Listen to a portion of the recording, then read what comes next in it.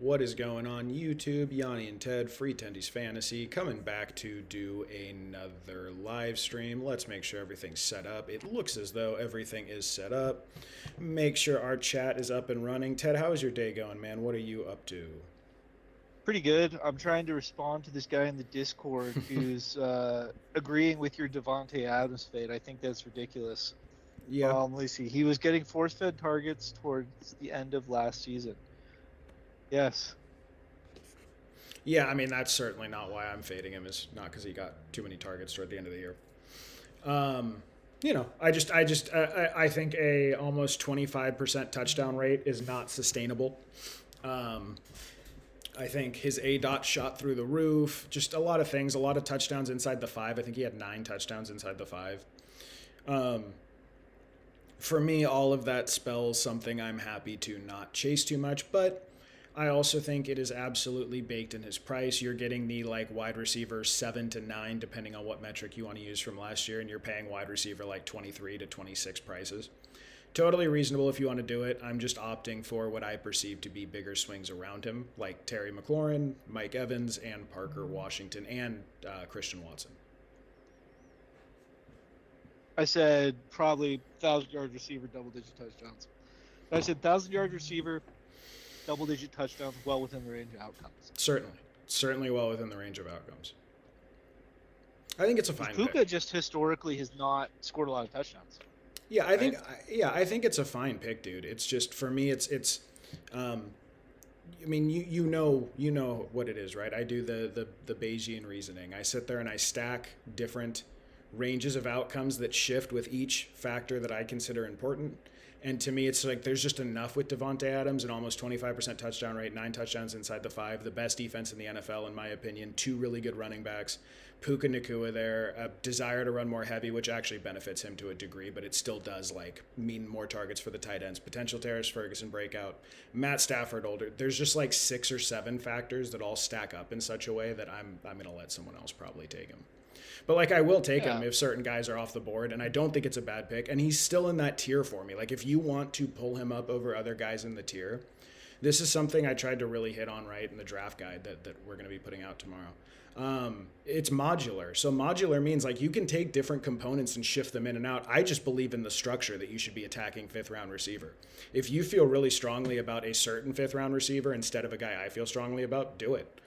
The only thing I'm advocating for is I would be trying to attack receiver in that range because I think they're all such good values. Who that good value is to you, your mileage may vary. You know? Well, Devontae Adams is not a value in Yahoo. He's going at that 4-5 turn, Yeah, that's really solidly ahead of Terry and Mike Evans, so I'm not drafting him there. No. But in these rooms, I think he's a tier break over the Christian Watson, Rome Odunze, DJ Moore, Parker Washington, Brian Thomas Jr., and I guess Cardinal Tate is in that tier. Oh, I nuked Carnell Tate, dude. I nuked Carnell Tate in the rankings. Oh.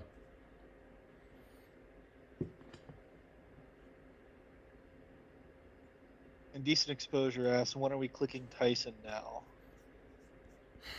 Wide receiver 6 at 94. Did he ask that in Discord or in the chat? Did I miss it? Yeah, he asked it in Discord. I need to pull up the chat. Okay, no, I've not done that yet. That's fine. Okay, so I have way too much. I need to refresh this after this pick to get my indecent exposure portfolio up. I have way too much specifically of Hampton and Cook. So we will do a Derrick Henry here. Let's refresh, get the portfolio going. So when are we drafting Tyson now that it looks like he is going to miss 4 to 6 games on the year? Round 8 or 9. Yeah, I mean that's for me.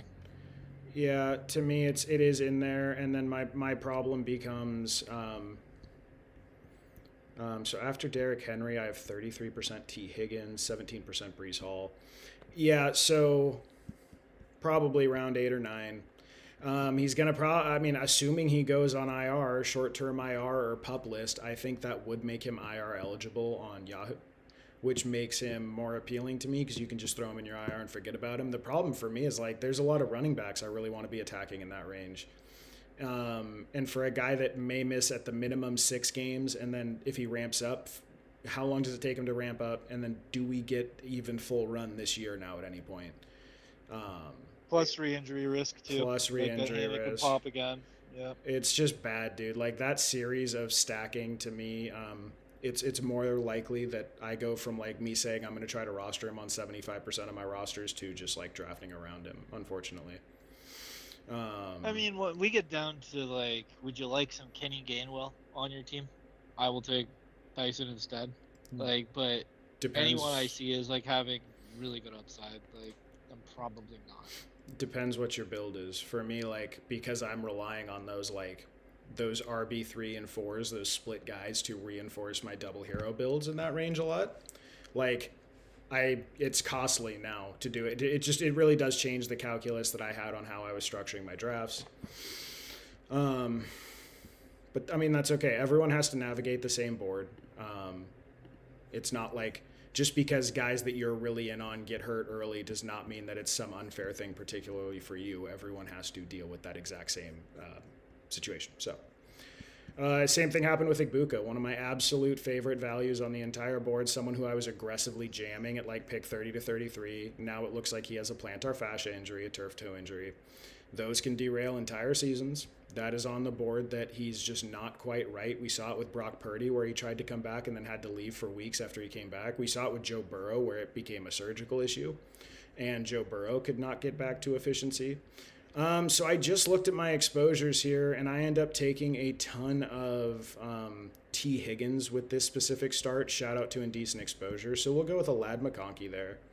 A little bit early for Lad, but that's okay. Lamar plus Parker Washington plus Goddard, or Daniel Jones plus Olave plus Tyler Warren, if no Alec Pierce. I am jamming. I'm going to say Daniel Jones plus Olave plus Warren. I think Daniel Jones plus Warren's an absolute jam, even if Tyler Pierce is back. Like I just think that's a great stack this year. It's a game where they're going to have to pass a lot. So I would do that. They're playing the Ravens, right? Yeah. Week 1? Yep. I would do that, and then I would do Olave to me is a must start. I can tell you actually exactly what I built a pretty good one that I'm happy with. It's not quite as stacked up, right? But I'm pretty stoked about my week 1. I'm going to put some pretty hefty dollars into the market here. Let's see what we want to do with the draft. I haven't taken enough Garrett Wilson. I will take Garrett Wilson here if he's there. Okay, so he goes. Probably do a Javonte or Josh Allen here. Do a high testosterone start with let me make my pick first. I'm calling you DFS guy. I'm not going to try to get the numbers right every time. That's what I'm calling you. You're DFS guy for me. Yeah, DFS guy for me. I don't know if the cost is equal with those three, but I would take the Lamar, Washington, Goddard side versus the Jones, Olave, Warren side. Okay. So, yeah, my current lineup right now is Shuck at quarterback, Barkley at Washington, Hampton at Arizona, Chris Olave, Wandale Robinson at the Jets, Jamo Williams in New Orleans, Juwan Johnson, Ashton Genty in the flex, and the Raiders defense against Miami. That is my current DFS lineup. I'm very, very happy with that. You get the same game stack with Shuck, Williams, and Johnson, and then Genty Raiders is a stack to some extent, right? If they get a good lead, you should grind them down. So that's what I'm rocking for week 1. I'm probably going to put some pretty good money behind that because I feel good about that one. Oh, wait, the Saints played the Lions. I Yes. changed my mind. Yep. Daniel Jones disgusts me against the Ravens, but yeah, Olave and Warren should pop off in that case. Yep, Olave is a jam until further notice, especially because the prices were set such that Tyson was in there. And then I really like Juwan Johnson. I think that's a real good lineup, but I think it's too chalky. Yeah, dude. I mean, dude, you're hardcore, bro. You are grinding the slate like 3 weeks before kickoff. I understand, right? You're gunning for the 5-figure, 6-figure wins. I'm pretty happy to what do I hit? The biggest I've ever hit is like $775 from one of those cards, and I was like, oh, that's so cool. I played with that money for years. Yeah, I'm not as serious about DFS. But yeah, dude, so I know that is chalky. I understand. I like where your head's at. I do think Daniel Jones and Tyler Warren's a great stack for doing that with. I think Olave is probably a must start. And again, the running backs, right? They're going to be chalky, but they're all such good value. Under $7,000 for Saquon at Washington, Hampton at Arizona, or Genty at Miami is just too good for me. I'll take my chances. Maybe Juwan Johnson's a lower owned player. Maybe people don't realize that Tyson being out shifts to Juwan Johnson a little more heavily. And then Wandale at New York, I like a lot. You're going to have Sauce Gardner taking Carnell Tate in his first game in. So I think Wandale should get plenty of volume early here. I don't know. It's just where I'm at. Would love some Jamison Williams late.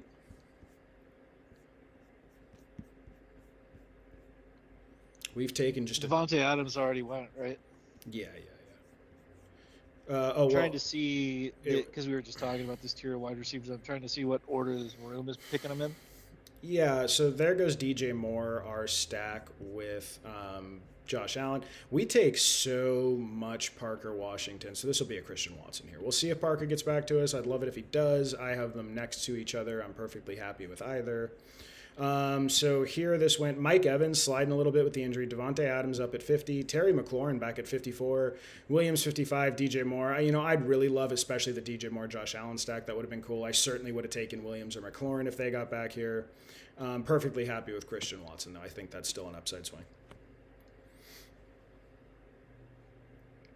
Yeah, it's interesting because the Yahoo rooms are bumping up Adams so much that I won't take him, even though I'm in on the premise this year. Like, you got the Puka situation. Yep.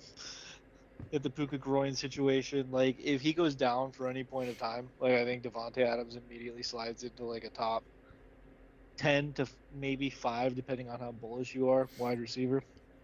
Yeah, if it seems like it's something serious with Puka, I certainly would be more aggressive. But honestly, you get the contingent upside either way. Like, the fact that he's already injured certainly means the door is more cracked for that, right? So I get it. And I mean, we love to trash on certain players that haven't played a full season. Let me check and see. I feel like Puka's missed time every season. He's never finished a season, no. Man. Okay, so Carnell Tate genuinely did freak. I mean, yeah, I'm gonna do Marvin Harrison Jr. instead.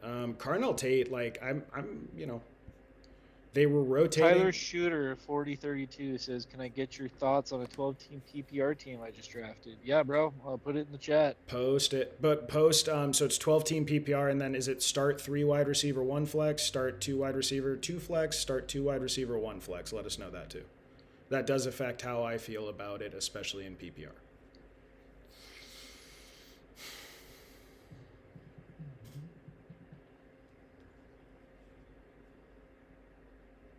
Lamar Jackson, mid-6th round. That's criminal.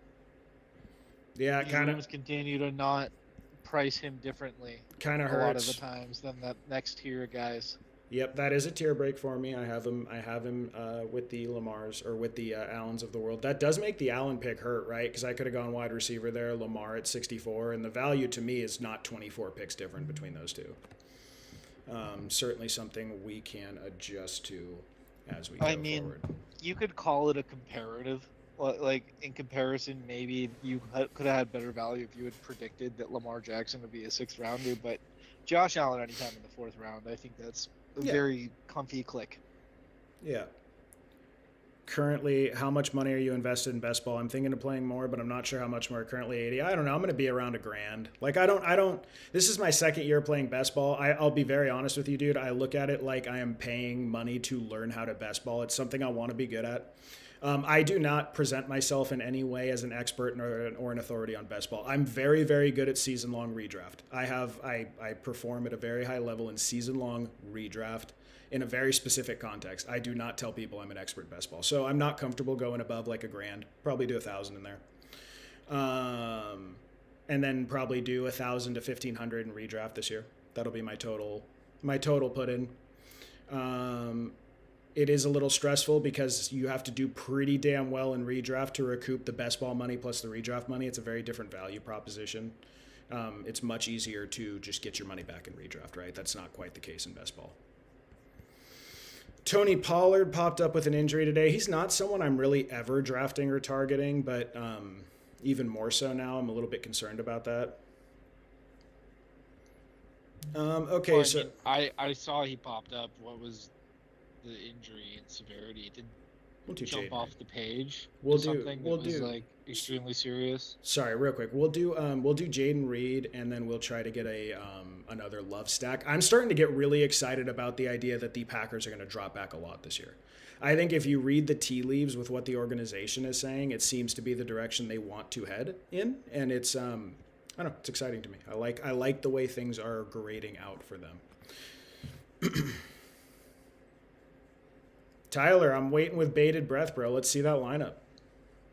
I'm excited. I'm excited to see what people are drafting right now. I wanted to put on Reddit, but I thought it would like creep people out. Like, can you get on Teams with me, share your draft, and like you just mute me so you can't hear me or anything, and let me stream other people's drafts and commentate them. I was actually going to try to do that this year because I'm so curious like what's going on in draft rooms. But I don't know. It's a little intrusive, and like, does someone want to sit there and feel like they're being watched while they're drafting? Probably not. If you're playing Daniel Jones, should you double stack him with Downs or Warren, or is single stack okay, assuming Pierce is out? I would like to tie as few assets to Daniel Jones coming off an Achilles against the Baltimore Ravens as possible. So I think a single stack is fine. Yeah, yeah. I Warren to me. So in my rankings, I absolutely obliterated. So who do I want here? We're gonna do Diggs. We're gonna do Diggs. Okay, so that's the start. Josh Allen, James Cook, Derrick Henry, Ladd McConkey, Christian Watson, Marvin Harrison Jr., Jaden Reed, Stephon Diggs. Very happy with that. We have kind of a choice here because I really want Kincaid with Allen because I want to have stacks. He often doesn't make it to 129, but that's like a super reach. If I go Love here, that's a 1 round reach. And then if I go Kincaid here, that's a 1.5 round reach to get the stack. But Kincaid played on rushing downs in the preseason, right? So I'm pretty excited about that. But yeah, dude, so I'm not a big downs guy personally. It's just, I just don't like him as a player, but I think you're perfectly fine to stack him. Again, my problem is like, I kind of like chalky stacks more in week one. Um, yeah. Look, if you really want to min max it, if you're looking for like an off brand stack, do like a Malik Willis and Caleb Douglas against the Raiders. That stack in total will probably be what, like $7,500? And then you could even throw like a Genty or a Bowers on the other end of that. I don't know. To me, if I was going to go like total stack on something dirt cheap, I would do like Malik Willis, Malik Washington, and Caleb Douglas. I mean, same game, you could go Kirk and Yeah, Bowers. yeah, you could go Kirk and Bowers or Kirk and Genty. Like maybe Kirk throws a passing touchdown to Genty, and you could do Raiders D there. I'm more inclined to do that, but I would do Daniel Jones and Warren. I think is great. Um, I just don't know how high scoring that game's going to be. You imagine the Colts try to play some keep away running the ball. You imagine that the Ravens are more than happy to run the ball there. I don't know. I don't know if that's a game I'd be targeting. You've asked about it a couple times. It seems like that's a game you're really on. I'm not sure if that's one that like I would be super excited to target, but you're trying to go like off meta, right? You're trying to go off chalk. I understand.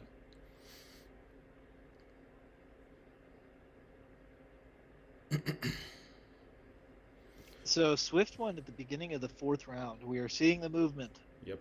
I think that's. I The think young that's. guy announced with a knee hyperextension and will miss 2 to 4 weeks, which puts him. I would assume he won't be back week one, maybe week 2 or 3, and then I think it's going to be a slow rollout for him.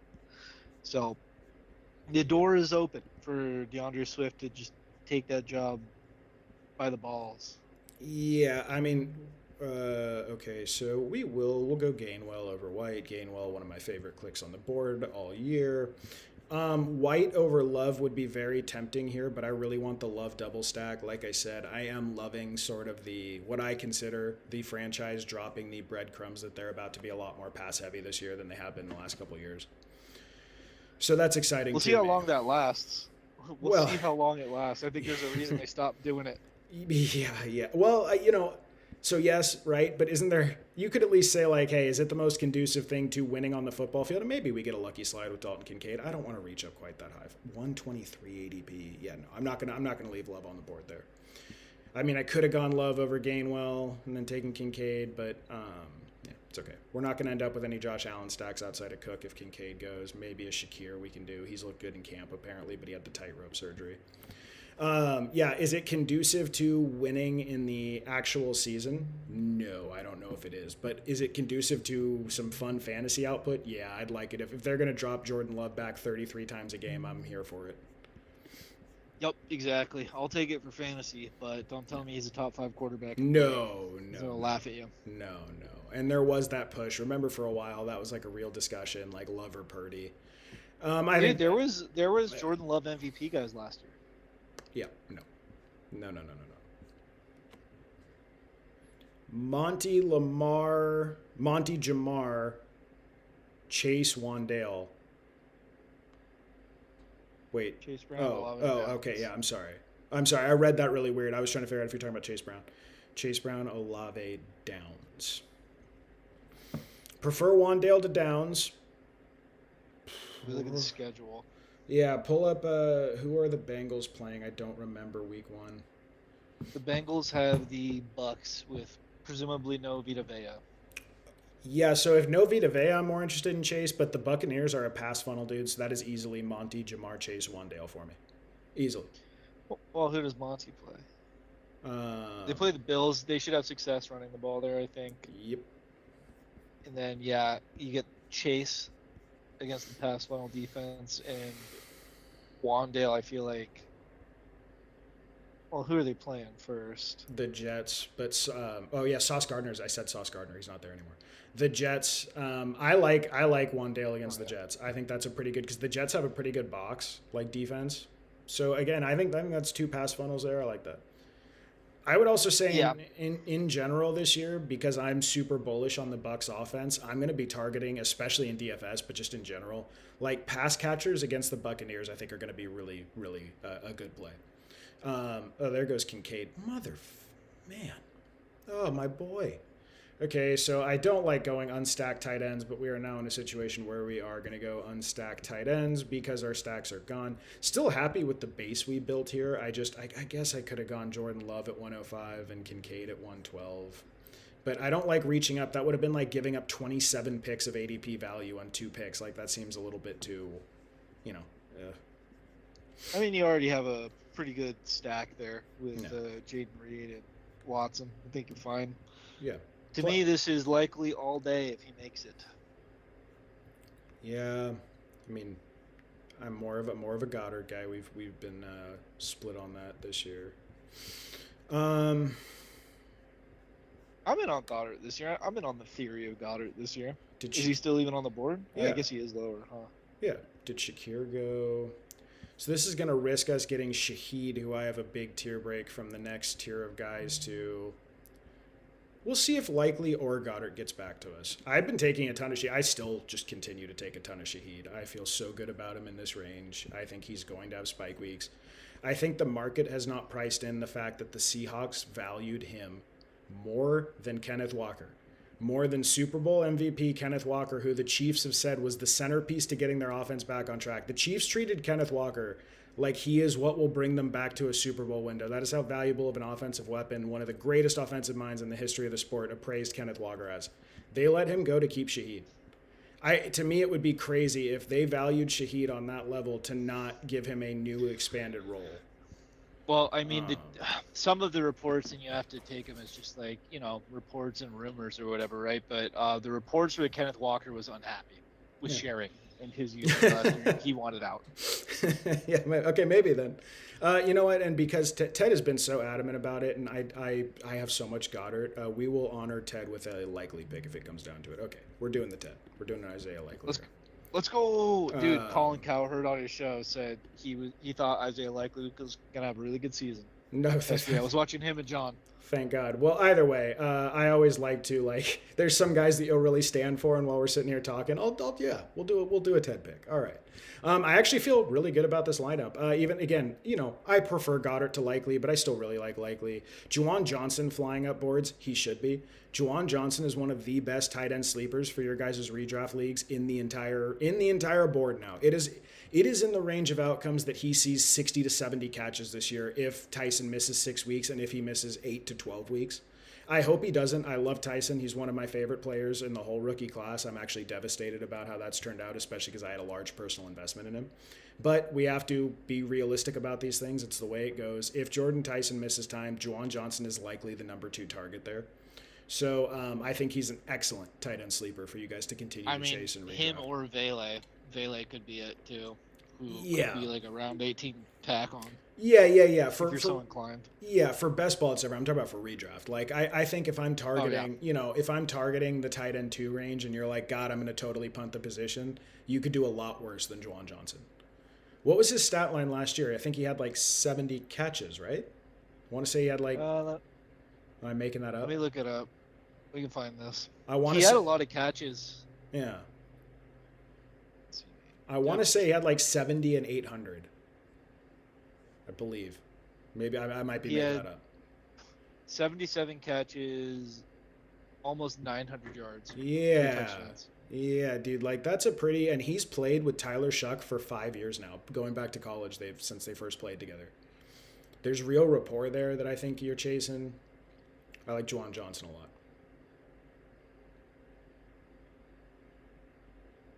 He feels like a wet noodle when you roll him out there on Sunday. When he's in your starting lineup, you're like, I hope I get like 6 points from him. Wet noodle. Oh, dude, because I had to start Juwan Johnson a number of weeks last year, and it was just like, you did it. You're like, well, this is probably the best choice for my team right now, but you never feel great about it. Okay, so I know that everyone is like trashing Tyrone Tracy Jr. because he missed a block, so I would have taken Jonah Coleman there. Always happy to add some more of him to the pile. I know everyone's trashing Tyrone Tracy Jr. because he missed a block, and that's not good. I'm tempted to take him over Bigsby here. I want him or Bigsby. Who's the pick, Ted? You make the pick. Tracy. Okay. I still don't think they're going to... I don't think you had enough time to answer the question of whether or not you needed a lottery ticket or like maybe more useful. So you had Kenny Gainwell. I can see a Bigsby argument if you wanted to take out the lottery ticket. I think Bigsby's just going to be a 0 unless Saquon goes down. Yeah. Versus Tracy, I think he's going to be involved, but I think his ceiling is significantly lower. Yeah. Okay, I don't really want to go with another running back here. 160 feels a little bit early to pull down like Ferguson or Barner, who I'm always taking when I have these tight end 0 rosters. Hunter Henry, I think, is going to lose his gig at some point this year. When, I don't know, but I think he does lose his gig at some point. Trey Harris, Wicks, Flournoy. I think I'm just going to throw another spike week receiver on the pile. Or I could go Tyjae Spears with the Pollard injury. Maybe that's like a little interesting here now. If the Pollard injury is serious, he would technically be a winner because Nick Singleton is also out. No. But I mean, what are you winning with that? Yeah. That's the other question. We'll do another Flournoy. I always like throwing some Flournoy in here. The what did they call him? The Blake Corum of wide receivers. I always like throwing the Blake Corum of wide receivers in here. That's a very accurate description. I love that description of him. I'm doing a hot take article. It's coming out here soon. I'm embarrassed to drop one that I know I'll get panned for, especially in present company. But one of my hot takes for the year, and it's a hot take I actually believe. It's not just a hot take I'm saying. I believe that Blake Corum will outscore Kyren Williams this year in fantasy. I think he's if we say it every year, one of the years it will be correct. Well, right. I think he's a better running back. And I think when you look at the per run stuff, like fantasy points, Scott Barrett's been just on a tear with this on Twitter. I think when you look at the per carry stuff, he's like so much better than Kyren that I think you have to ask yourself, like, how much does being Sean McVay's guy versus being the significantly better player on a per touch basis matter? And there's not a straightforward answer to that. I'm not actually saying there's a straightforward answer to that. I'm saying you have to weigh those two things, and depending on how you weigh those two things, you can make a pretty reasonable case that Blake Corum should outtouch Kyren Williams this year. And then with Kyren Williams fumbling issues, like, does Kyren Williams fumble at a key moment and get pulled from a game? Like, and then it's it. Like, that, I think that opens up the door in a major way. It could just be one bad moment, like against the Niners, when he gave the game away in a major divisional game that, affected their chances to get home field advantage in the playoffs and maybe affected the Seahawks-Rams game, right? So, it's like stuff like that. I just wonder, like, does McVay, and McVay's been known to be kind of, kind of mercurial. Like if someone can be his guy right up until they're not, and then they're just not his guy anymore. So I just wonder. I wonder about that a lot. That's going to be one of my big hot takes for the year. Yeah, I can't help but feel like the Corum thing is the boy that cried wolf, because Yeah. the fantasy community has been saying that every year, because Yeah. as we're rightly saying, I don't think Kyron Williams is a very good NFL running back. Like I think he's like at best league average. Yep. But he is produced based on the fact that he is the Sean McVay guy. Yep. So if he loses that role, Corum absolutely. I think that like if you remove Kyron Williams from that team, Blake Corum could do a fine job. Yep. A perfectly acceptable job. It's just whether or not the team decides to do that, or if they're taking whatever advanced analytics Scott Barrett is looking at is serious or not, right? Because like the fantasy community would tell you how good Josh Downs is. Check the advanced analytics, and then it just never becomes anything. That is Josh Barner or AJ Barner in the bank at 177. Still one of my favorite picks. Where did I end up with him in my tight end tiers? I'd have to check. I ended up with him like way high up. And so, yes, you're absolutely correct, Ted, except I would say, at least for me, last year I was all the way in on Kyron.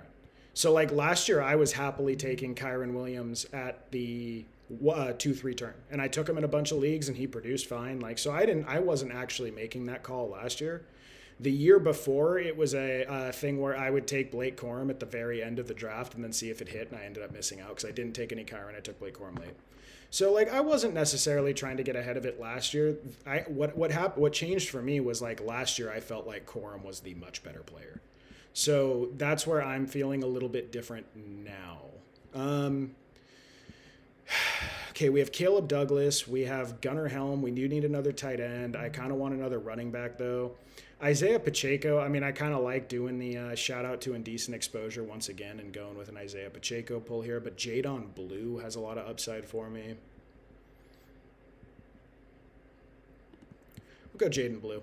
I think he's going to get receiving work, and I think he would get the bulk of the work should Javonte Williams go down. It's a long shot, right? It's just a dart throw running back, but we'll take him there. I think Braylon Allen actually probably should have been more in consideration for me there now that I think about it. Braylon Allen should be going way higher on boards now. Yeah, that was a stinky range of running backs you're picking out of, though. It's hard at this range. But yeah, Braylon Allen, I think. Yep. We'll see. I think he's going to get pulled up boards now with the Breece Hall news. They said that it's only going to be a couple of weeks versus a couple of months. So I guess there was concern in the Jets camp that was going to be a significant injury. I'd assume Breece is probably back by week 1, but you have re-injury stuff, obviously. And I think that Braylon Allen would have had a role anyways. Well, yeah, so not just re-injury stuff, groin injuries specifically for, I don't know why this is. I didn't dive into why. I think this was Jeff Mueller that shared this. They're associated with a decline in workload in the season. I guess something about the way they affect your stamina, your long-term ability to carry a workload during the year. They're pretty heavily correlated, not associated. They're pretty heavily correlated with a decline in workload as the year goes on. So I think that's a pretty interesting figure because you can sort of paint yourself a picture where, one, we thought Braylon Allen was going to be cutting in more than the market did. Me and Ted have felt that way all year. But you could paint yourself a picture where, does Breece go out there and he's not able to carry a workload anymore, and then Braylon Allen has to take even more of a load, and then, maybe they're losing a lot, so why would they want to have their $20 million a year running back take more of a beating, right? I think it's interesting. I think it's a really interesting window that was cracked open here. If Braylon Allen's on the board at 201, I probably fumbled a little bit there. Probably could have just gone receiver or taken, one of these guys. Ted Hurst continues to rise up boards. I would expect that to go on as the summer goes. And Cyrus Allen, this guy contents, bro. Cyrus Allen, Ted Hurst. Pretty good roster, though, actually. Cortland Sutton there makes me think he's a preseason guy. Yeah, where's... preseason watcher. Oh, God, Cortland Sutton at 75, yeah. Yeah, Fernando Mendoza, like that pick a lot. He went up in my rankings. I like him as a dart throw wide QB3. If you're at the end of your... There goes Braylon Allen. If you're at the end of your super flex, I think that's a perfectly defensible decision to make.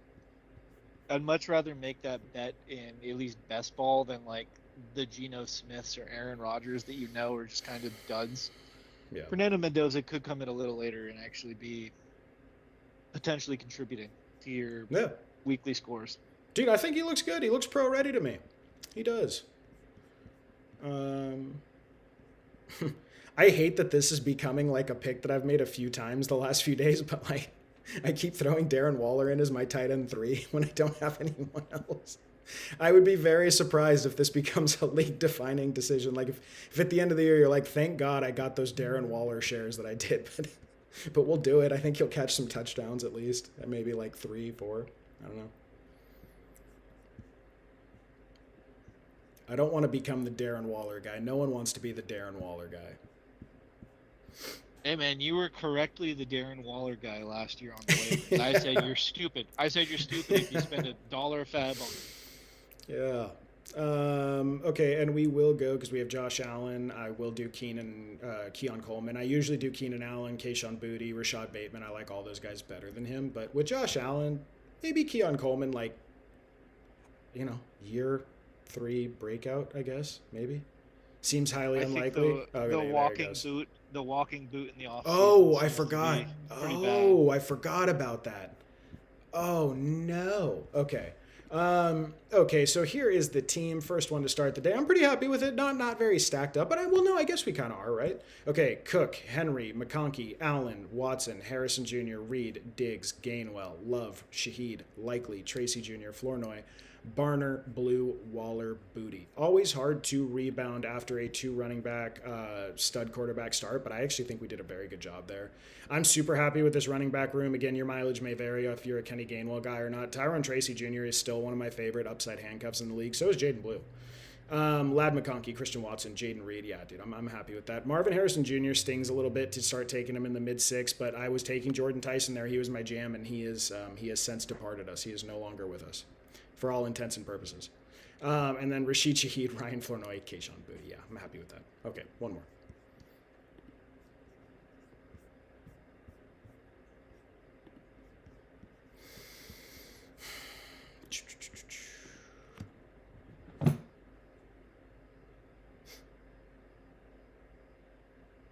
The $100 free Tendies leagues are filling up. That is awesome. Almost paid up in one of them too. I will open more of those if they fill.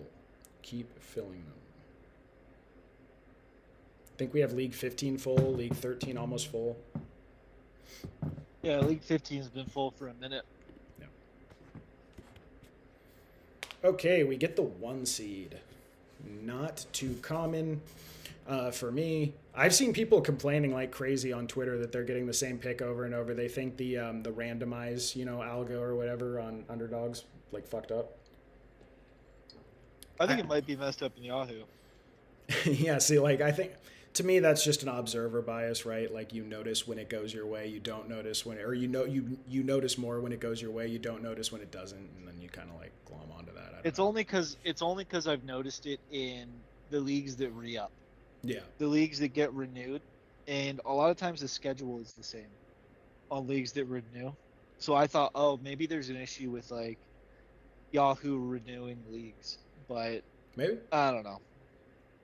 It's a conspiracy theory. Right now, it's as legitimate as the electrical substation theory. Dude, I'm starting to get on board with the electrical substation. I'm getting there, bro. Okay, so I want to see. Where is it? You ever heard of Danhausen? He's a WWE wrestler.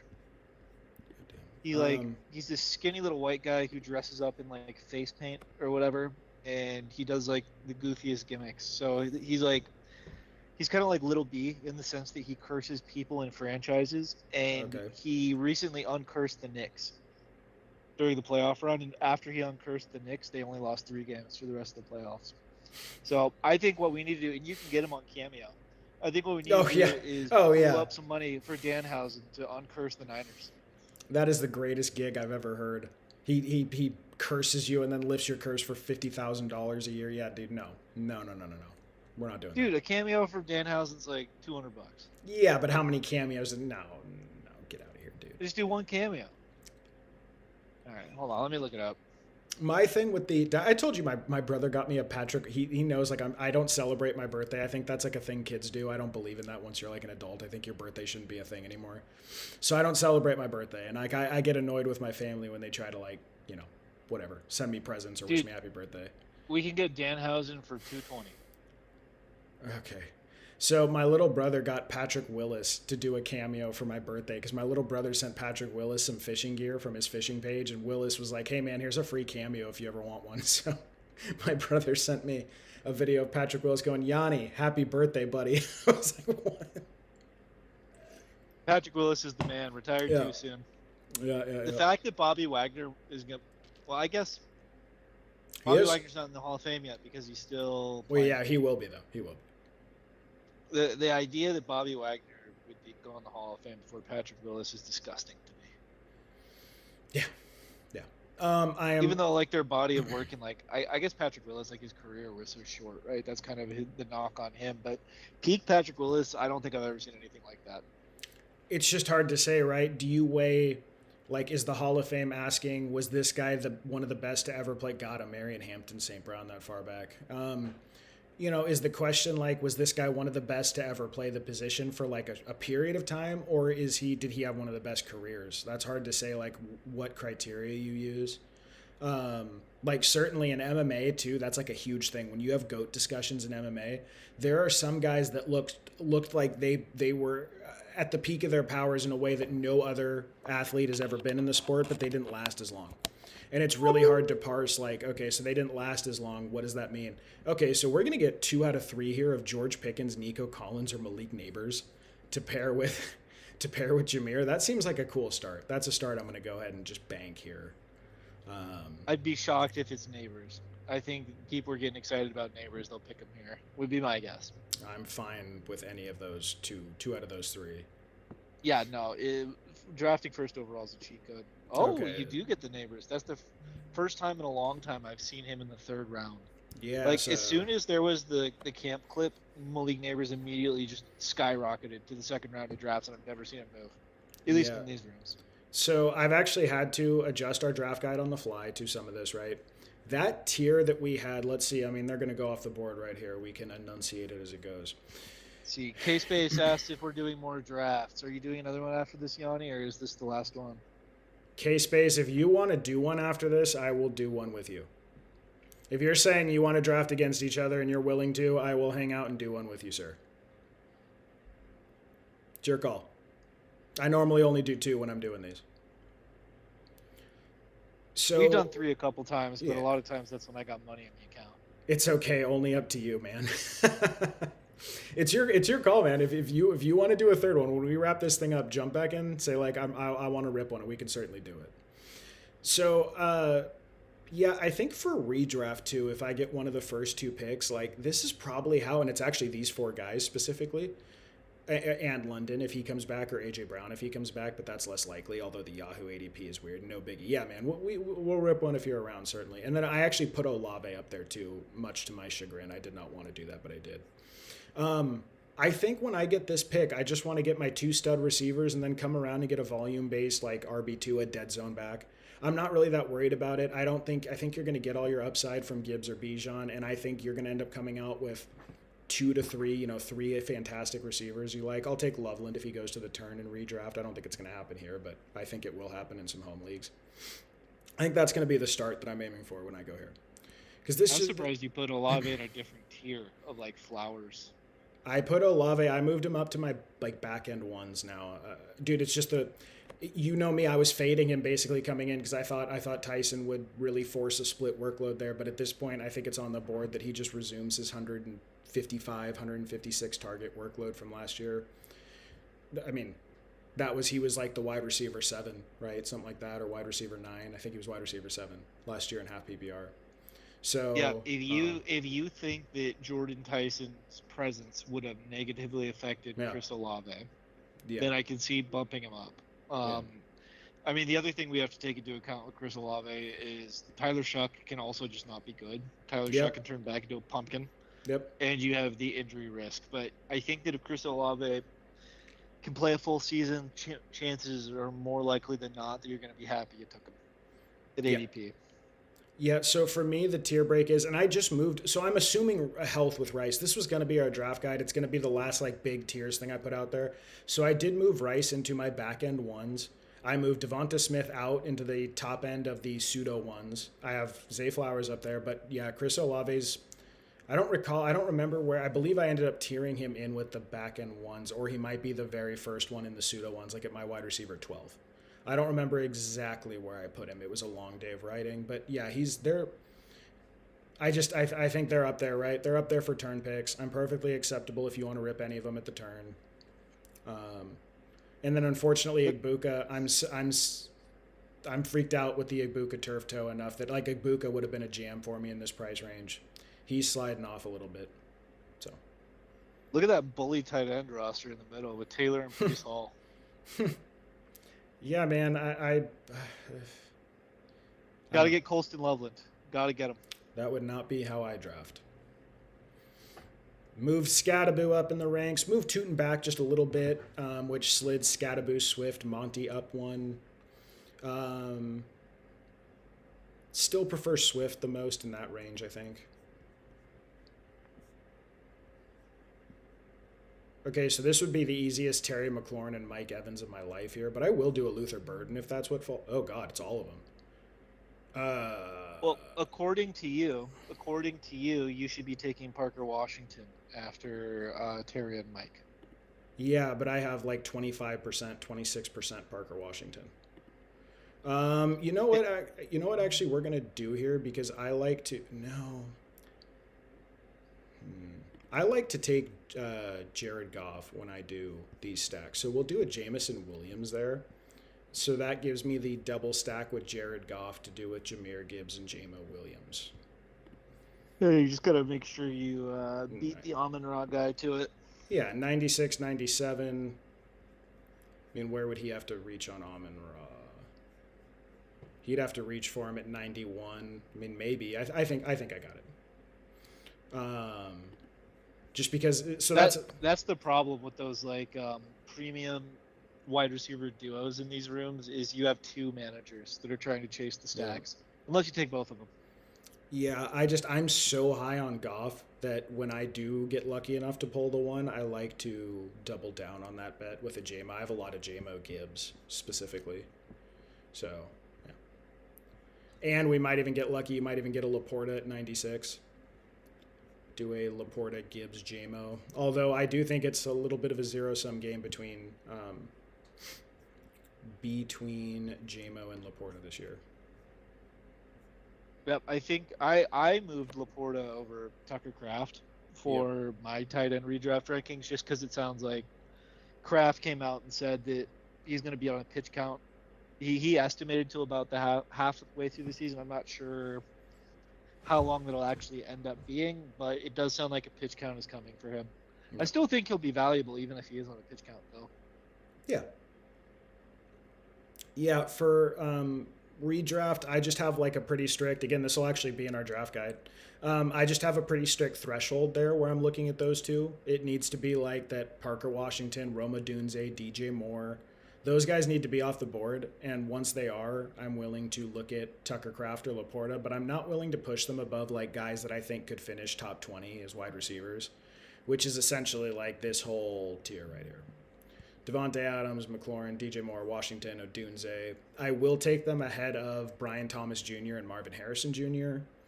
So that's kind of where they're falling for me. And again, I do outline that pretty thoroughly in the guide. And I will take them ahead of Carnell Tate now. Carnell Tate is sinking like a rock for me personally.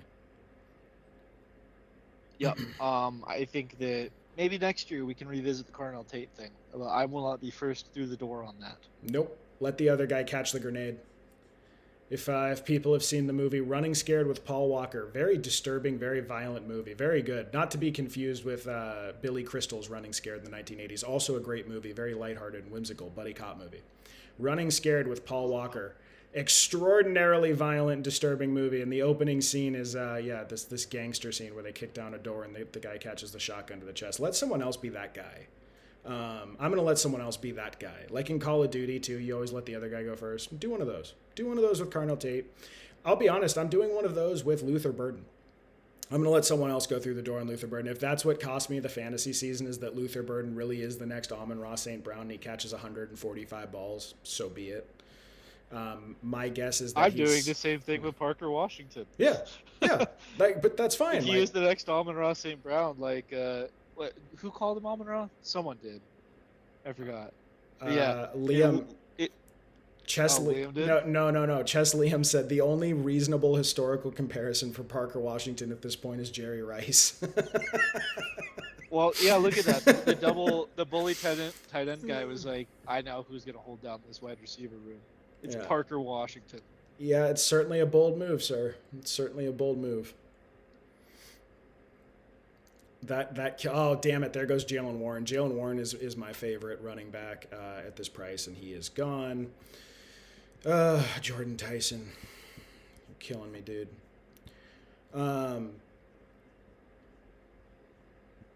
We don't have a Jalen Hurts stack. I don't like pulling Brooks up this high. I think that's like too high for Brooks. We'll do just DK as a placeholder there because I'm happy to take a DK. I mean, honestly, I might just do. I'm happy enough with the back stacks on Jalen Hurts. Let's have a really. We'll build a really cool quarterback room here, and we will go. Yeah, we'll go DK and Jalen Hurts.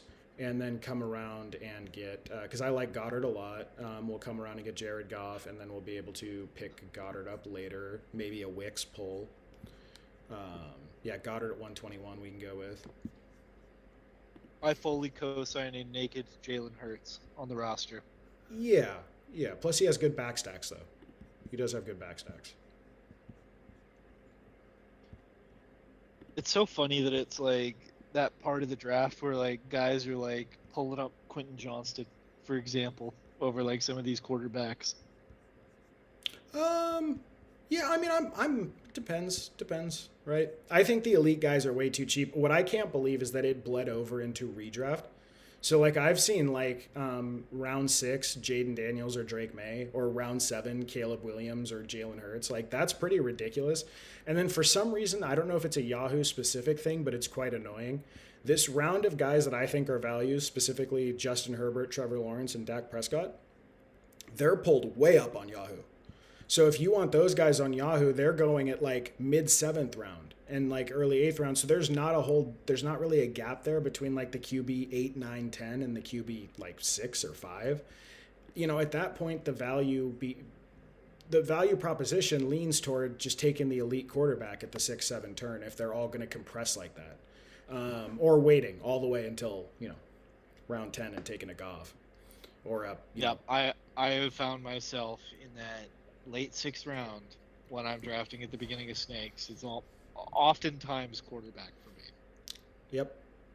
The way I'm playing it, because I don't like the early tight ends. I know everyone does. And I don't like taking, this is for redraft, not for best ball. And I don't like taking 2 elite onesies inside 7 rounds. I always feel like my rosters get too thin when I do that. Even if it's like round 3 and round 7, round 5 and round 7, I just don't like the way my builds turn out with that. So I've just been waiting to the 6-7 turn if I'm drafting at the front of the snake, so from the 1 here, and just see what comes back to me. If it's Kraft or Laporta in redraft, I'll probably take them right in the early 7th or late 6th. If it's Drake May or Jaden Daniels, I will take them instantly there. Caleb Williams, I think, could be the quarterback 1 overall this year. I'll take Caleb Williams if he's there. That's sort of how I'm playing it from the front of the snake. But I don't want 2 of them. It just depends who comes back to me. If Colston Loveland falls to the 4 or 5, I think that's a snatch up for me when he's there. I think Tyler Warren is fine in the 5th, but I don't know. It's still the Colts, still the very injured Colts. I just don't know if Tyler Warren's 2 rounds of ADP different between Tucker Kraft and Sam Laporta. That's my only issue with him. Yeah, that's exactly it, right? The Alec Pierce news continues to get worse. That thing is a disaster. Does it? What did they say? Let me pull up what the news was today. I thought he was still. Oh yeah, no, it was Shane Steichen said he will not be participating in the joint practice this week. All right. Basically, and they still are uncertain of his week 1 timeline. Oh, but I mean, like, dude, he is not taking the field. No. Nope. I mean, the only thing that I keep, maybe it's like a cope on my part because I've been buying the dip on Pierce all summer. The only thing I keep thinking about is like they knew about the injury before they signed him and were still comfortable signing him. You would assume that if they did that, right, like there's some degree of like understanding that this is when he's coming back and this is at what time he is coming back. But maybe not. I don't know. Okay, so this would be a pretty sweet turn here where it's going to turn us into a true hero RB, but I'm comfortable doing it. If we get Goff and Laporta here, this guy has a tight end, so if he doesn't take Goff, which I don't know why he would, there's other guys on the board. We're going to get Goff and Laporta here and do a really nice stacked up Lions roster, and then we'll come back around and get Goddard at the turn in our RB2. Probably going to have to go 6 running backs here because I don't normally build like this because I'm so running back oriented, but I'm like totally willing to do it. I think with someone like Gibbs, you just need a running back. Like you don't really need a stable of them. Okay, so yeah, we do get the turn. We're going to go Jared Goff. And we are going to go Sam Laporta. Okay, so that brings our hero build to Jahmyr Gibbs, Pickens, Neighbors, Evans, Williams, Hurts, DK Metcalf, Goff, Laporta. I am actually totally stoked with that. I probably want to reach on Dallas Goedert to stack with Hurts. We will take a running back there, whichever one comes back to us. We will accept it with grace and dignity, and then we're going to jam running back through here. Hopefully we can get a little Jonah Coleman action here before he goes. Maybe Tank Bigsby, maybe Tyjae Spears. Jonah Coleman. It's never going to stop. It's never going to stop. Dude, it's been 8 weeks already. To me, I skated to where the puck was going on that. I was jamming him in the 160s, like almost 170. The puck is going to J.K. Dobbins. Yeah, at first. The puck is not going to Jonah Coleman. At first. At first. The whole season. Yes, as long as he's upright. Like you have to, in order for Jonah Coleman to be a thing, you have to like jump through 3 hoops. To me, it's just one that a guy with 7 season-ending injuries has an 8th. That's it. Yeah, there's that, and then he has to earn work over R.J. Harvey, and then Sean Payton has to not platoon them from that point. Oh, so I don't think like the triple threat. I don't think he would become a 3-down back if Dobbins goes down. I think he would become the 2-down back. And with that, but I think in general, I think if Sean Payton is to be believed, right? Sean Payton is very dubious. His coach speak is one of the worst in the NFL. If Sean Payton is to be believed that Harvey is already the 3rd down back and Dobbins is the 2-down back, like you're just replacing Dobbins' workload with his. I don't think he would take Dobbins and Harvey's workload at all. But I mean, with Dobbins healthy, they're saying that RJ Harvey is the 3rd down back. Yeah. Like it's possible. I mean, when RJ Harvey was the, I guess, primary running back last year, he was terrible at his job. It was really bad in like traditional running. So I think if it happens, it's not the most inconceivable hoop to jump through, but there's just like a lot of contingencies there. And I think that people are very excited about the old preseason. So, well, but remember, right? This is why I'm so happy we started doing this. I've been doing this for 8 weeks. It's not a preseason thing for me. It was like I watched the tape on the player, and then this is again a quintessential facet of the draft guide that I'm trying to convey to people. It sounds like some fancy term you're using, but it's really not. It's just a very basic concept about asymmetric risk. When you can take a risk that costs you almost nothing. So, like, I'm leaving Travis Hunter on the board. I'm leaving a cornerback on the board in best ball, right, to take a Jonah Coleman. The risk there, the opportunity cost is almost zero. The risk is almost zero because you shouldn't be relying on these picks anyway. The reward in the 3 to 5% likelihood that J.K. Dobbins gets hurt and that the team decides they like him more than Harvey, which I believe would happen for the lead down role. You don't know, right? But I believe that would happen, I guess. Like, so he has a very unlikely 95th to 97th percentile outcome, which very few players ever get there, where there's, a solid RB2 in there that I'm taking no risk to get my hands on. And it's a solid RB2 attached to Sean Payton.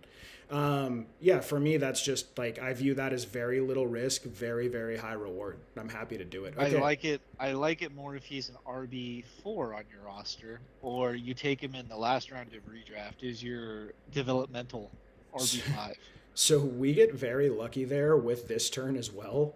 A little slide on Rachaad White, 6 picks, who I'm totally happy to tack down as an RB2 in a hero build. gives us something to tangibly grasp onto as we build going forward here. Jalen Hurts, Jared Goff, Jahmyr Gibbs, White. Then this wide receiver room I think is pretty savage. I'm pretty happy with that. Laporta, Goddard is a fantastic tight end room. I'm happy to cut it at 2 there. We'll see what we want to do though. Ideally, like I said, we're going to get Jonah Coleman is a big one for me here. Because if he hits, as unlikely as that may be, if he hits, I think that's exactly what a roster like this needs to get over the hump. And then Tyler Algier, who was basically off my board, is now a lot more interesting than he was a few weeks ago. Tyjae Spears, I think, sure. We'll just see. We'll see what comes back to us. Yeah, like I think if you mix in one of those guys that like is just going to have a role no matter what, like the Woody Marks type of guy, right? Like that fits in the Rashad White archetype too. Like they'll probably do something. They're not going to goose egg or not dress for games. Yep, that's then all you I throw worry in. Then you throw in the Jonah Coleman. Yep. I certainly would not tell people. Like for me, it's going to be, we'll see. I'm gonna be greedy. I'm gonna be greedy with my exposure to Jonah Coleman on Yahoo because his ADP is so late. But he's basically free. Like, I mean, literally free. Like you can take your kicker and your defense in round 13, 14 and hold Jonah Coleman for 3 or 4 weeks, which is about half the distance that J.K. Dobbins' average season lasts. So are you telling me I can get a free roll for 3 or 4 weeks on a guy who has 7 season-ending injuries in a row? Just 3 or 4 weeks. See what happens. Maybe he goes down. Maybe he doesn't. Cut him. He's your running back 6 that you got for free. That's, again, asymmetric risk-reward. There's zero risk whatsoever. There's a reward of what happens if you find a top 24 running back at round 15. You should always be doing that. Devil's advocate, the cost there is if you're holding Jonah Coleman, that's basically like -1 roster spot. Yeah. And then like that, you're missing that week 1 of waiver wire fab dumping. That's usually the best waiver wire week of the year. Well, no, you're not. You can just do it. What do you mean? If you decide that there's a guy well, yeah, you're gonna cut like your 10th round pick then, or your 11th round pick? No, you can just drop Jonah Coleman. If there's someone you want more than him, there's no cost there. Just drop him. You said 3 to 4 weeks. Right. Well, so that's why I'm like thinking like, okay, with that roster spot, if you're holding it for 3-4 weeks, just to see, then you're not getting the potential waiver wire. Last year was bad, but there was the year with like Puka and Kyron. But all them, but like if someone like that happened, I would just fab dump and drop Coleman. That doesn't preclude you from it. What you lose in that case is the 3 or 4 week look at Coleman, but it doesn't cost you the free agent that you might want. You just drop Coleman for him. There's no like, I guess you could say like, well, could you make a better choice, right? Could you get ahead of the fab dumping with someone other than Coleman? Of course you could. You're making a choice that's going to be one of the lottery tickets you take out. But no, I mean, if someone on the waiver really pops, just drop Coleman for them. It doesn't stop you from doing that. I don't know. For me, that's just a very easy, like, it's not even something I really need to, like, Caleb Douglas. Caleb Douglas could well be a guy that everyone's going to run to the wire for. Okay. So this thing interrupted. Kind of a tough choice here because I actually kind of need some projectable volume. Okay, well, so he goes, okay, so it's probably just going to be a Woody Marks pull here, volume, and then I am going to take Jonah Coleman. Okay. So 2 guys that should give us some fill, 1 big upside swing. I'm probably going 6 running backs on this thing. So we'll see who's there. Like this roster could really use a Dylan Sampson. This roster could really use an Alvin Kamara. Braylon Allen would be a great one. When am I going to have a shot at Braylon Allen here? I can go a little early at 192 and see if he's still there. This might just be running back at this turn anyway. Again, because I feel really good about this wide receiver room. I'm not really worried about that. I would like to get Wicks on here with Goddard and Isaac Tesla. Yeah, we can see how weird we want to be. Wicks and Tesla would go kind of hard here and complete a really nice wide receiver room. The good news about your draft is you have a really strong onesies in this room, so you can get away with 2 of each, I think. Yep. Yeah. I mean, that's just generally how I do it. Don't tell me that those Isaac Tesla highlight picks got out, or is he just slid? He's slid. Okay. He's been making crazy catches in practice. Yeah, I'd like to Well, stack the two wide receiver threes with their respective quarterbacks here if I come around on the turn. I don't think Isaac Tesla has ever made a normal catch in his career. No, no, nope. Nope, he is a dude. I look, man. You know me, right? I get too excitable about this stuff. I love watching Isaac Tesla play football, even though he doesn't play a lot of it. He needs to play more of it. To me, it's just like an eye test thing. That appears to me to be a good player. You know, rightly or wrongly, I think he's looking pretty good. I just also think it's so hard to get touches in that offense. All I'm really hoping when I make that pick is does he catch 3 or 4 touchdowns at a key moment in the year? That's really all I think. And I guess you should factor in like if Jamison Williams or Amon Ra were to go down, right? He'd probably be the next man up. There's some debate about that, but I think he would be. I don't know who else they have even. That dude, oh God, who's the backup guy? Dortch, Greg Dortch. They have Greg Dortch there. Dortch. Yeah, and he's been getting buzz. I think he's only gonna. The human Dortch has always just been a slot guy, so I think that if Yeah.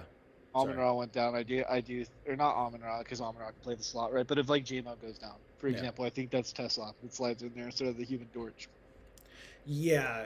Tesla's a weird. He's not very technical, but I to me, like at the point of the catch, he's about as good as you get in the league, right? So I don't know. Do you ever do 6-man drafts? I got Burrow, Chase, Brown, Jamar, Chase stacked there in underdog.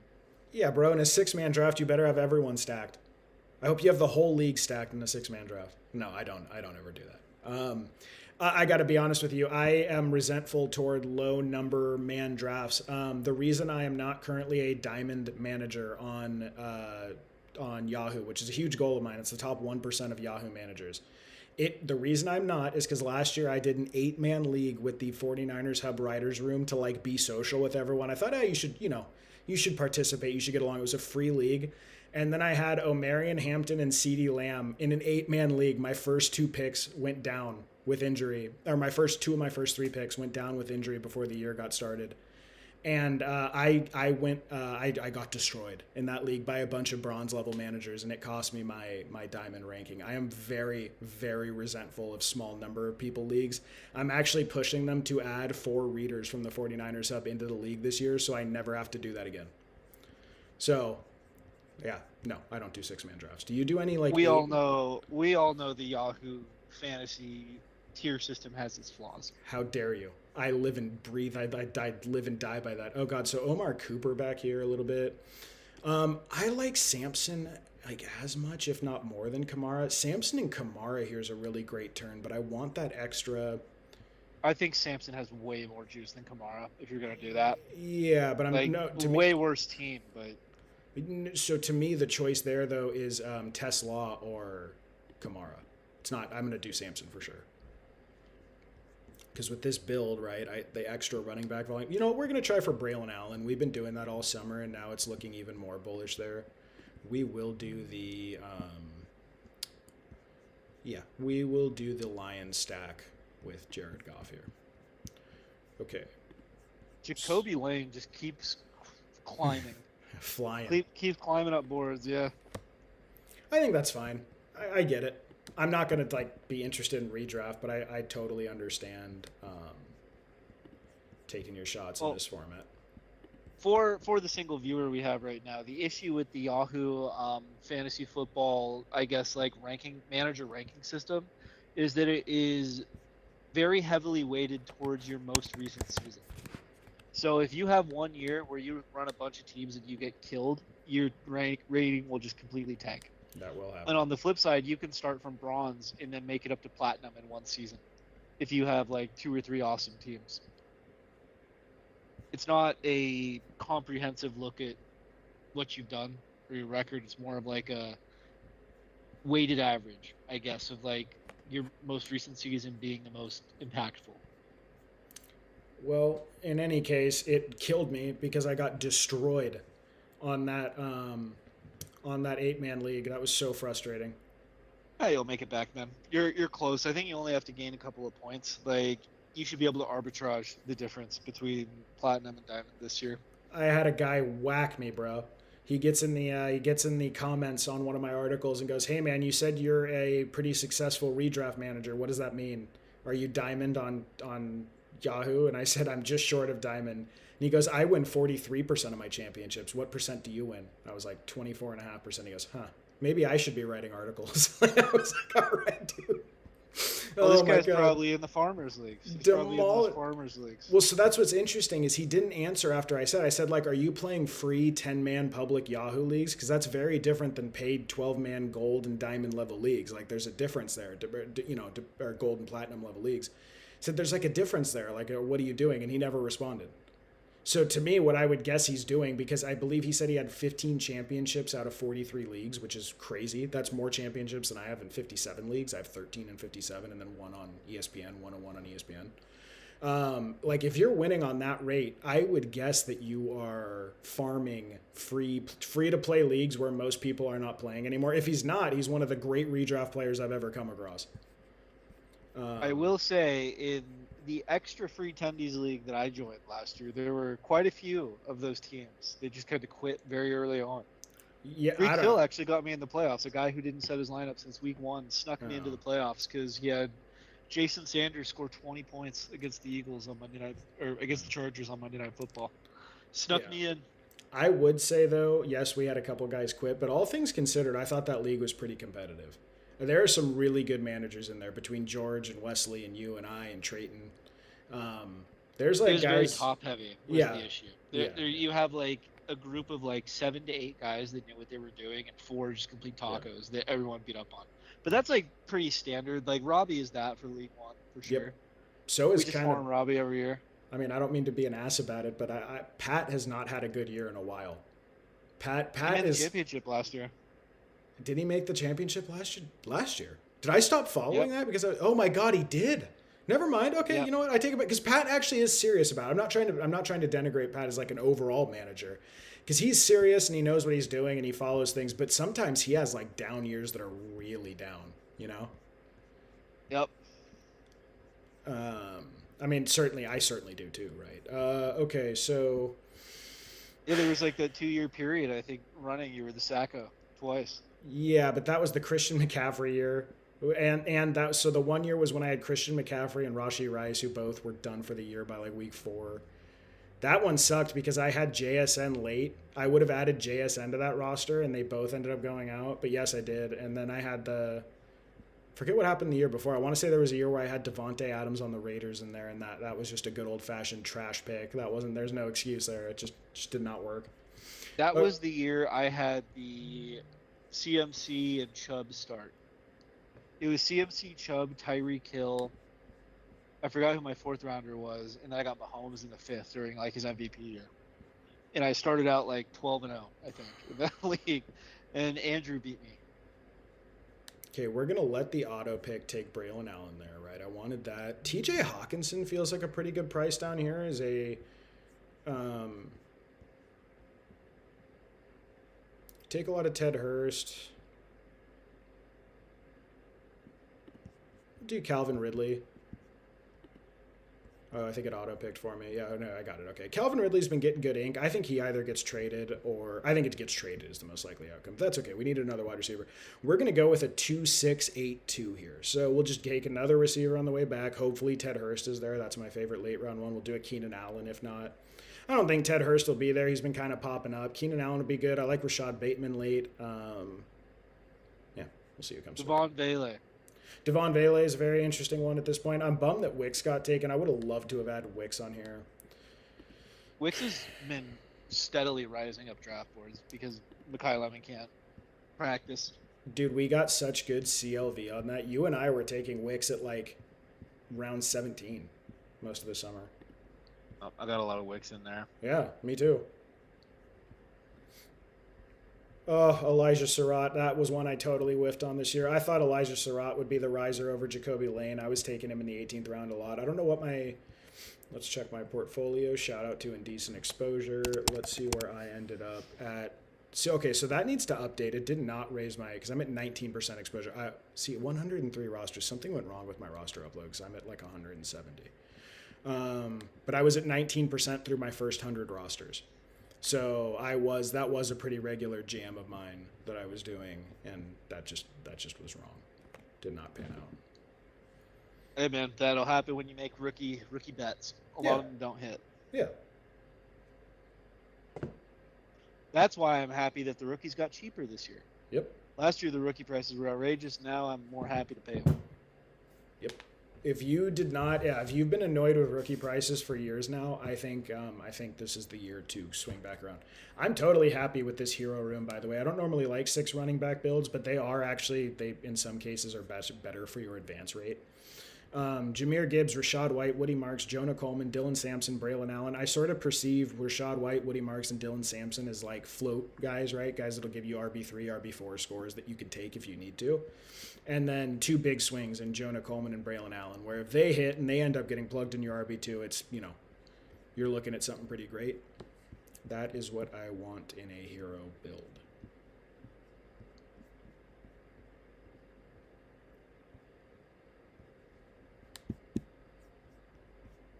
Yeah, there goes our boy. There goes Hurst.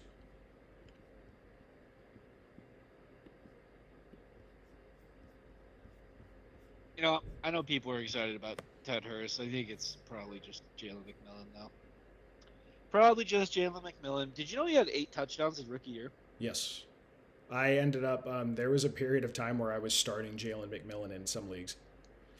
I forget what happened. Insane. Like something horrific happened. Oh, that was the year where Rashee Rice went down on all these rosters. So I was like streaming a lot of guys, and then I had a lot of Chris Godwin that year when he blew out his leg, and Christian McCaffrey. That was the 2024. So yeah, I remember I had to stream McMillan for periods of time. Yeah, I think that's probably a safer bet. Again, for me, I just like that round 18 bet on a player that I think is a special talent. Is more palatable to me than like a 140s, 150s bet. But McMillan's sliding. Well, yeah. Dude, I saw like one of the craziest things about McMillan today. I'm trying to find it. If I can't find it, then it's not useful at all.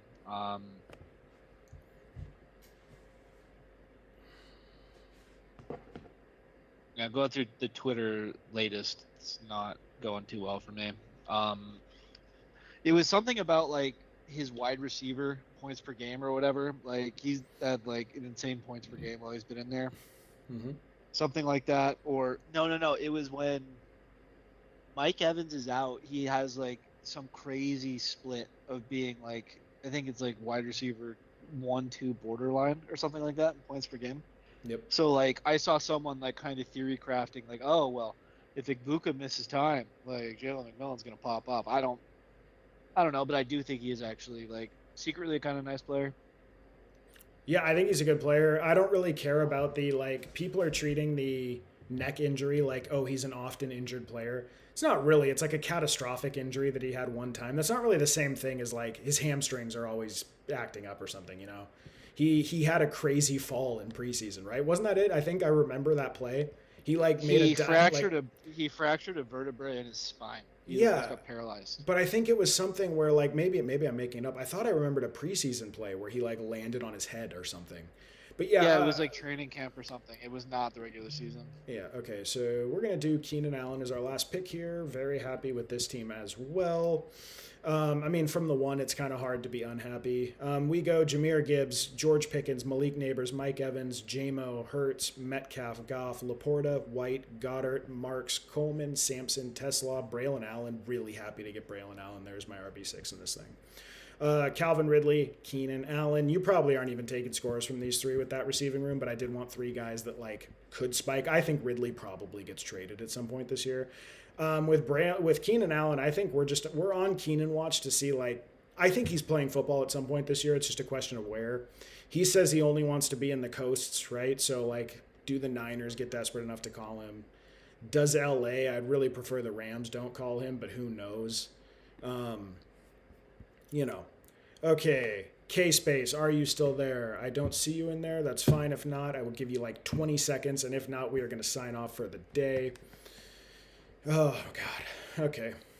Hopefully no more injuries by the time we're on here tomorrow. I'm tired of titling these things after major body parts going down. It's only going one way, man. Yeah.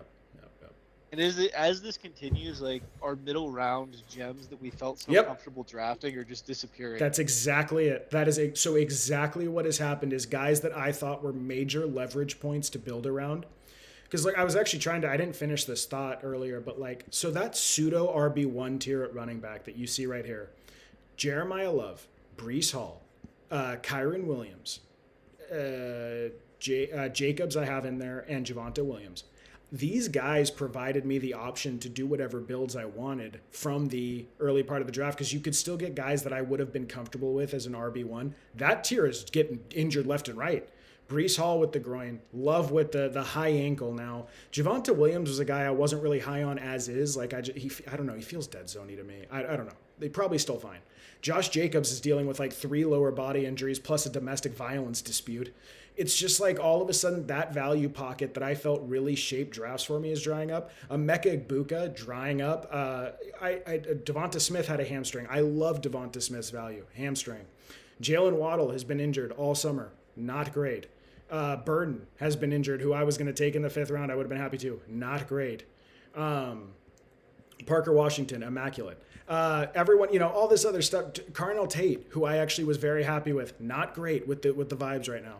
So yeah, it's really hard. And then Jordan Tyson, who I thought was the skeleton key to drafts this year.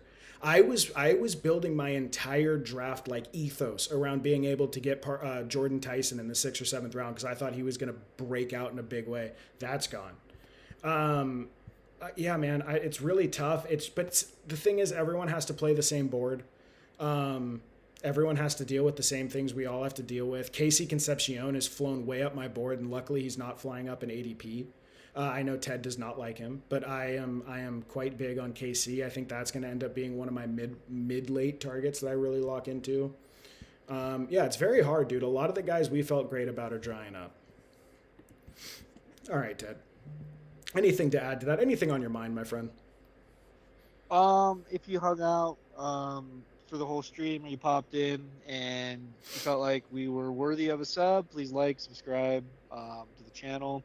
If you hit the bell next to the subscribe button, it'll let you know when we go live for future live drafts and YouTube videos that we push out. We're getting close to draft season, and Yanni is going to be a man on a mission, live streaming them all. So there's going to be plenty of content for you guys to stop in on if you're so inclined.